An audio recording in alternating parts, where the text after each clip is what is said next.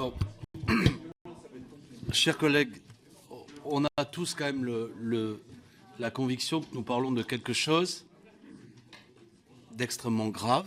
Tous les collègues l'ont dit à leur façon.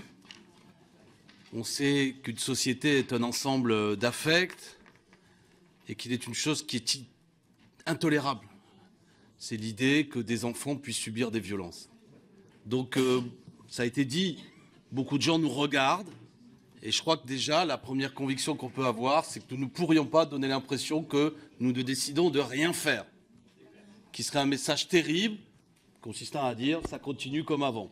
Parce que quelle que soit notre opinion sur ce dossier, tout le monde a bien compris qu'il y a eu un dysfonctionnement d'institutions, de l'éducation nationale, des systèmes de contrôle.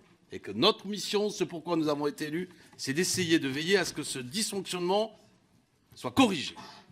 Deuxièmement, je le dis sans volonté polémique, mais les collègues qui disent, dans une même intervention, attention, cela va représenter un travail énorme et chronophage.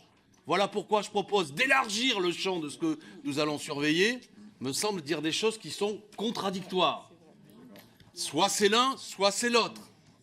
Oui, ce sera un travail conséquent, mais avouez que c'est piquant de venir dire qu'il faut encore plus le faire.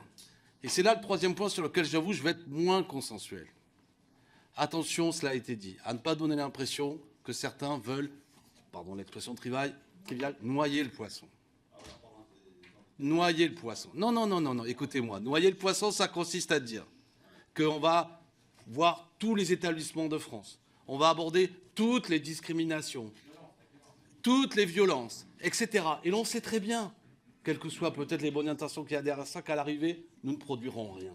Car la tâche est immense. Immense.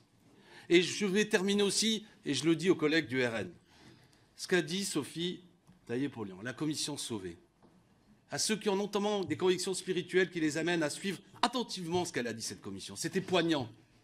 Le travail courageux que l'Église catholique a fait sur elle-même. Courageux. Qui n'est pas terminé. Et qui, moi je l'ai suivi attentivement, qui nous a expliqué le caractère systémique, je dis bien systémique, de violences sexuelles. Et Paul Vanier l'a bien dit, 30% des agressions pédocriminelles qui ont eu lieu touchaient des établissements privés catholiques. Ça n'est en rien une attaque contre l'Église catholique que de dire ça, car c'est l'Église catholique elle-même qui nous donne ces éléments. Voilà pourquoi il y a une dimension particulière de l'enseignement privé dans le travail que nous voulons faire, non pas pour cibler et avoir un discours anti-catholique, mais pour aider l'Église catholique à faire le travail qu'elle a entamé courageusement. Et le refuser, là, ça aurait une dimension politicienne. Merci, Monsieur Corbière.